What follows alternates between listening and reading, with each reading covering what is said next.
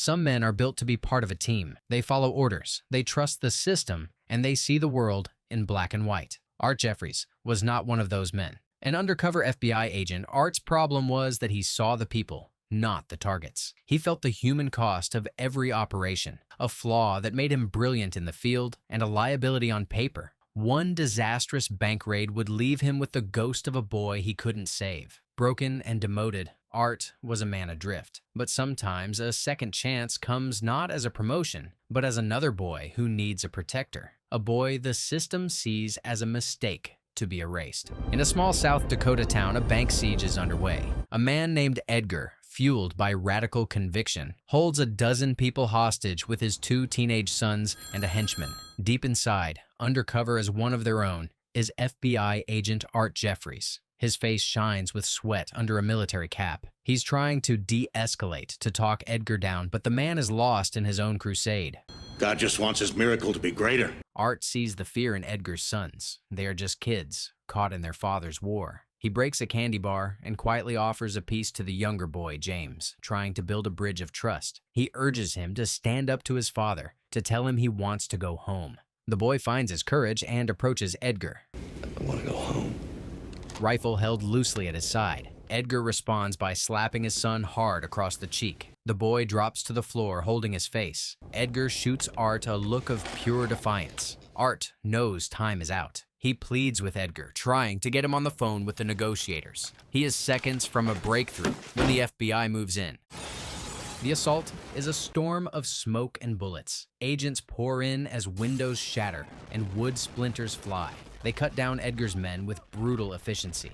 Edgar and his older son are killed in the first volley. Art screams at the SWAT team, identifying himself, trying to stop the carnage. He crawls along the floor, shielding his head, then sees James, terrified, rising from behind a counter. A bullet finds the boy's chest. He slides down the wall, his face a mask of pain. Art crawls to him, pressing his hands to the wound as life drains away.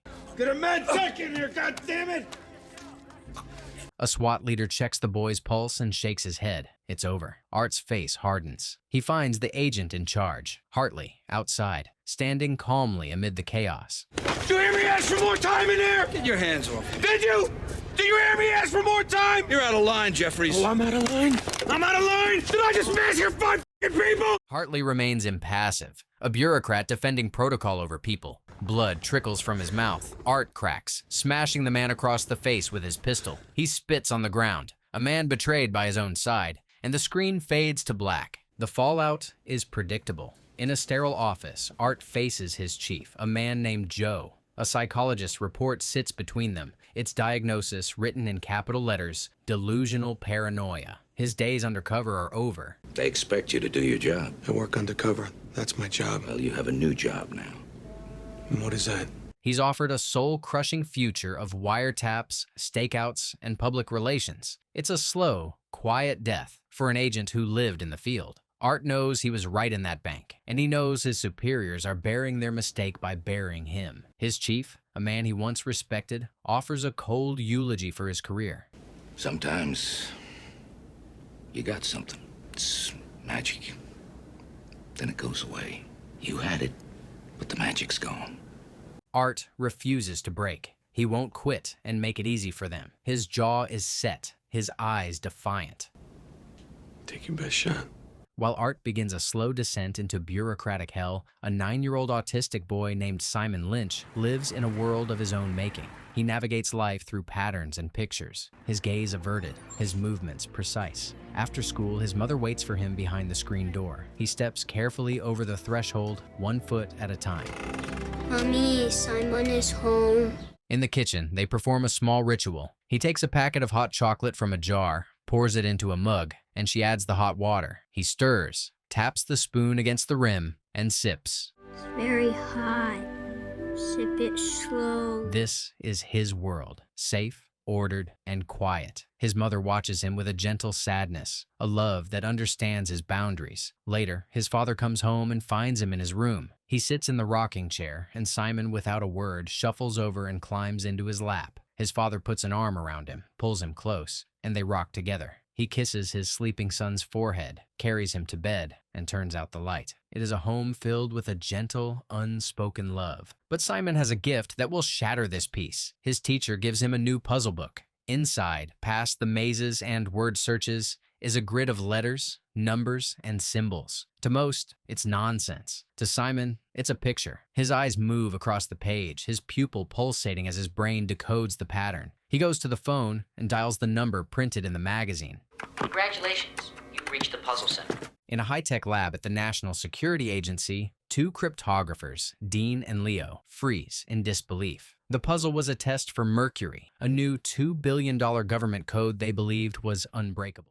You are a stranger. Just say, who is this? The boy on the phone has just walked on water. Their boss, Lieutenant Colonel Nick Kudro of the National Security Agency, is a man who deals in absolutes. He's in Bangkok, briefing officials the picture of control when he receives an urgent message. He excuses himself calmly. In a private room, he places his thumb on the scanner of a secure case. An encrypted message appears on the screen. Mercury is falling. His steel blue eyes show nothing. He learns that a 9-year-old autistic savant has cracked the nation's most secure code. To Kudro, this isn't a miracle. It's a threat. Back in the States, he confronts Dean and Leo. He holds up the puzzle magazine with contempt. But somebody did, sir. He reveals that he knows everything about the boy, Simon Lynch. He sees him not as a child, but as a system failure, a catastrophic breach. So our $2 billion code is an open book to people of diminished capacity? Kudro sees only one solution. The threat must be neutralized, completely and without a trace. That night, a blue van pulls up to the Lynch house. A bald man in coveralls, an assassin named Peter Burrell, gets out. He gains entry by pretending to be a detective, telling them a story about the school bus driver. Simon's mother, concerned, offers him coffee, a fatal moment of trust. He pulls out a gun. He shoots her in the back. He shoots Martin in the forehead. With cold precision, he stages the scene as a murder-suicide. He puts on a black glove, hangs up the phone that was knocked off the hook, and wipes his pistol. He places it in the father's hand and fires it into the wall. Upstairs, Simon is hidden, tucked away in a small crawl space inside his closet. Burrell searches the room, the bed, the closet, but the boy is gone. The killer flees, leaving the kitchen door wide open, a body on the floor, and a single, terrified witness. An SUV waits for him in the alley. It speeds off into the darkness. The next day, Art Jeffries gets the call. He's in a basement office, the FBI's elephant graveyard, logging wiretaps of small-time bookies. A younger agent, Roger, tries to make conversation, but Art shuts him down. He's a ghost in his own life. The assignment is a joke, a possible missing child, a case the Chicago PD is already handling. It's a make-work task designed to humiliate him into quitting. He takes it. He arrives at the quiet suburban home to find it swarming with police. The official story is a murder-suicide, but Art's instincts tell him it's a lie. He finds an old colleague, Nichols, who is happy to write it off. Working my way to the bottom, Jack. Kid's name is Simon. Neighbors say he's retarded. Art walks through the house. He sees the blood stains on the floor, the position of the bodies. It's all wrong. A broke man doesn't own a $1,500 handgun. He goes upstairs to Simon's room. It's a child sanctuary, neat and ordered. He looks around, his eyes taking in every detail until he finds the closet. He pulls back the clothes and sees the small square door to a crawl space. He opens it and peers into the darkness. Art pulls the terrified boy out. He knows instantly this was no family tragedy. He orders police protection for Simon at the hospital. In the back of the ambulance, Simon is strapped to a gurney, thrashing in silent terror. The paramedic wants to unstrap him, but Art insists it's for his own safety. The boy's distress only grows. Art sees the flashcards on the floor and picks them up. He flips through them, finding a picture of Simon's mother. Is that your mommy right there? Is that your mommy? Mommy. Right there? Mommy. He tries to connect, showing Simon pictures of his parents, his teacher, a warning about a hot stove. He introduces himself. For a moment, it seems to work. Then Simon smacks the cards away, his panic returning. Art sighs, defeated, and tells the paramedic to strap him back in. At the hospital, Art watches through a window as a nurse sedates the boy. Art confronts her, frustrated. Is that the best you can do for him? Just give him a shot? The nurse explains that Simon is autistic. It's not that nothing gets through to him, she says. It's the opposite. Listen, everything gets through. He has trouble with feelings and emotions, so he gets very frightened and confused. Art realizes he can't question the boy. This case, and the child at its center, is a world away from anything he's ever known. He leaves, but something gnaws at him. That night, he sits alone in his barren apartment, the ghost of the boy from the bank raid haunting him. He swallows a handful of pills. Later, he goes to a bar but finds no comfort there, only the reflection of a man adrift. He pulls out Simon's flashcards and studies them, trying to understand. He returns to the hospital to find the police guards gone. They were called off, a nurse tells him, by Simon's parents. An impossible lie. She says Simon has been moved to pediatrics. Art knows it's a trap. He runs up the stairs, his hand on his gun. He finds Simon's new room, but the bed is empty. A man in a doctor's coat steps out of the shadows. It's Burl. Hi, I'm with the FBI. Looking for Simon Lynch. You know where he is?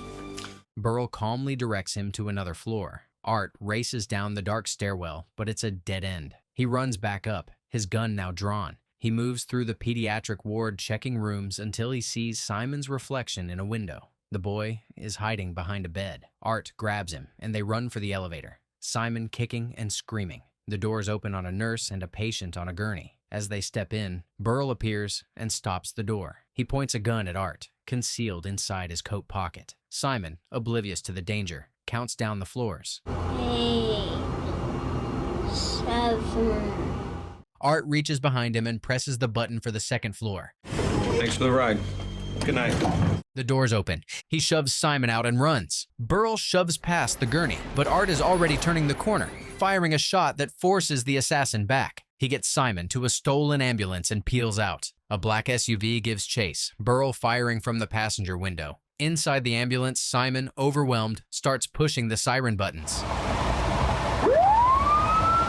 Art slams the brakes, sending the ambulance skidding across the freeway, sparks flying as it grinds against the median. He grabs Simon and escapes over the barrier, but the danger isn't over. Simon, disoriented, walks directly onto the train tracks, into the path of an oncoming locomotive. Art sprints, tackling the boy and throwing them both clear. Just as the train thunders past, another train approaches from the opposite direction, and Art shields Simon with his body. The world a blur of steel and roaring noise. They make it onto another train, but they are not safe. A grim-faced man in a black jacket boards and moves through the cars, searching. Art spots him. The fight happens in the open space between cars. Art kicks the man, who dangles from a chain. The assassin kicks back, smashing Art's head into a window. Art catches his arm and flings him off the train just as another one roars past. Bloody and breathing hard, Art looks at the small, quiet boy in pajamas. Who are you? On the train, Art pulls out Simon's picture cards again. He points to the pictures.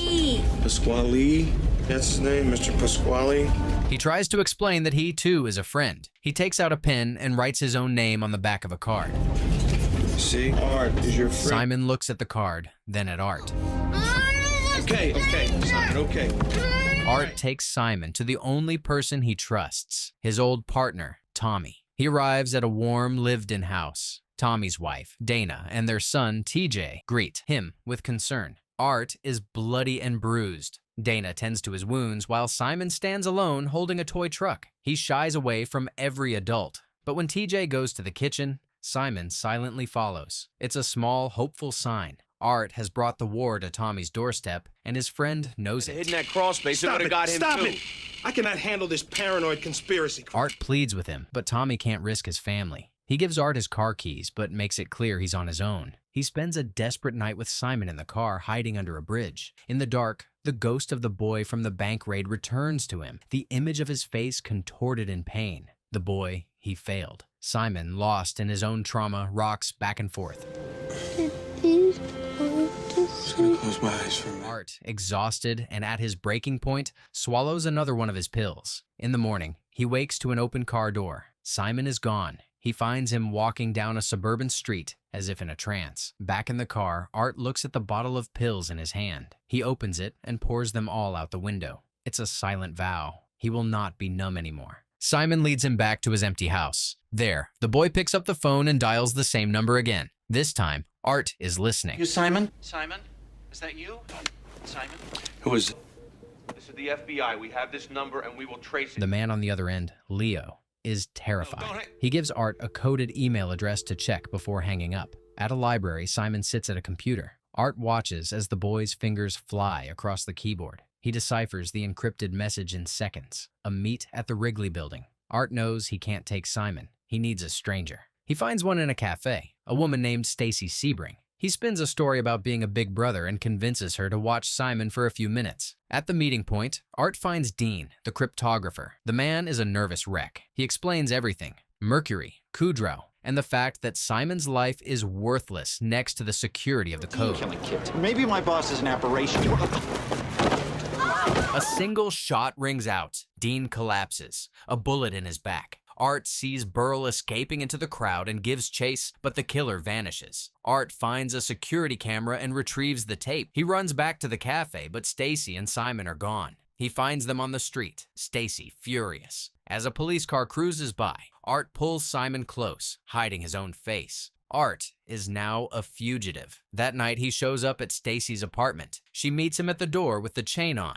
Yeah, I bought one of those for my little brother, $5. You know, I saw you hiding from the police. He shows her Simon through the crack in the door. It's enough. She takes off the chain and lets them in. Her apartment is a small sanctuary in a city that wants them both dead. While Art tries to figure out his next move, Kudrow's net tightens. In a quiet condo, Leo Podransky types out 2 letters, one for Art Jeffries, one for the Senate Oversight Committee. He uses an old-fashioned typewriter, a low-tech defense against digital surveillance. He rips the pages out, separates them from the black carbon sheets, and tosses the carbons in the trash. He turns to open a drawer and finds Peter Burl waiting for him. There is no negotiation.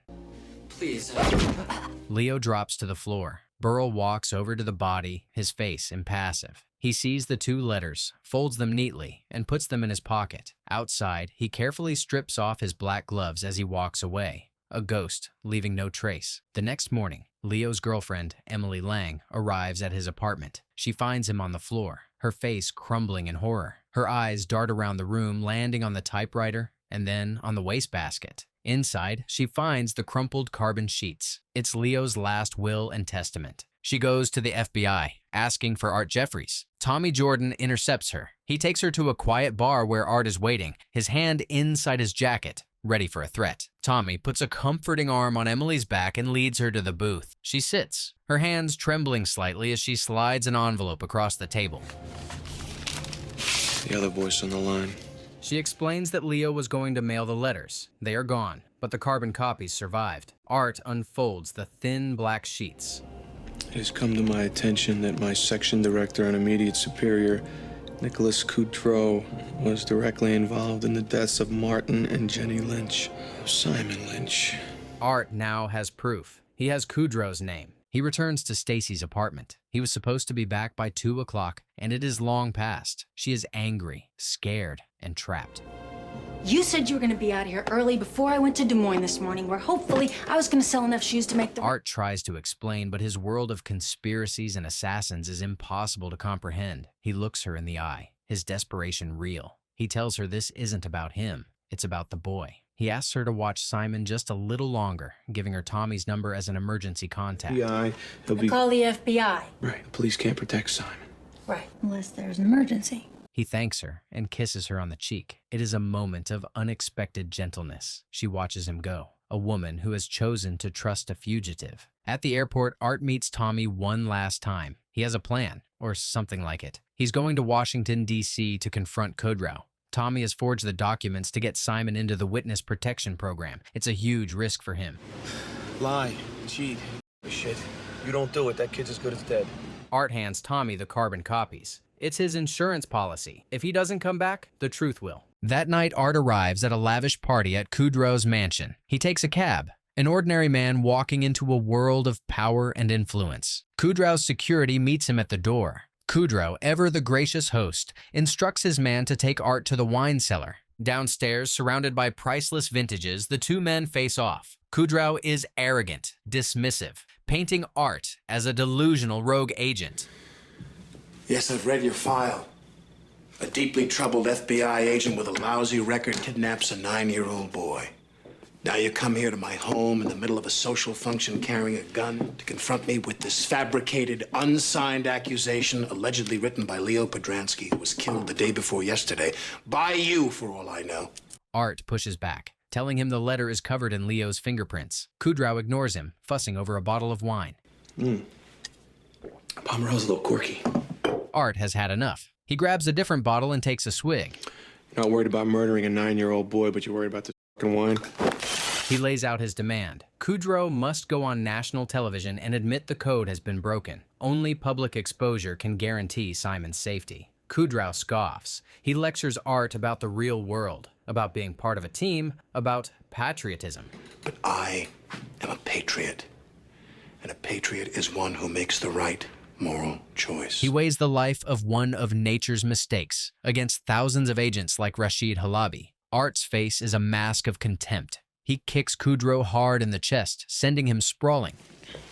That's for Simon's parents, you piece of shit. He gives him 36 hours, then shoves a ceiling-high rack of wine, sending hundreds of bottles crashing to the floor on his way out. He calls Tommy and sets the trap, a fake witness protection pickup for Simon on a Chicago rooftop, knowing Kudro's spies are listening. Kudro's people record the call. His assistant suggests they wait until the boy is on the chopper to make their move. Back in Chicago, Tommy goes to Lomax's office. Kudro is already there, announcing that the NSA is taking over. After he leaves, Tommy makes his case.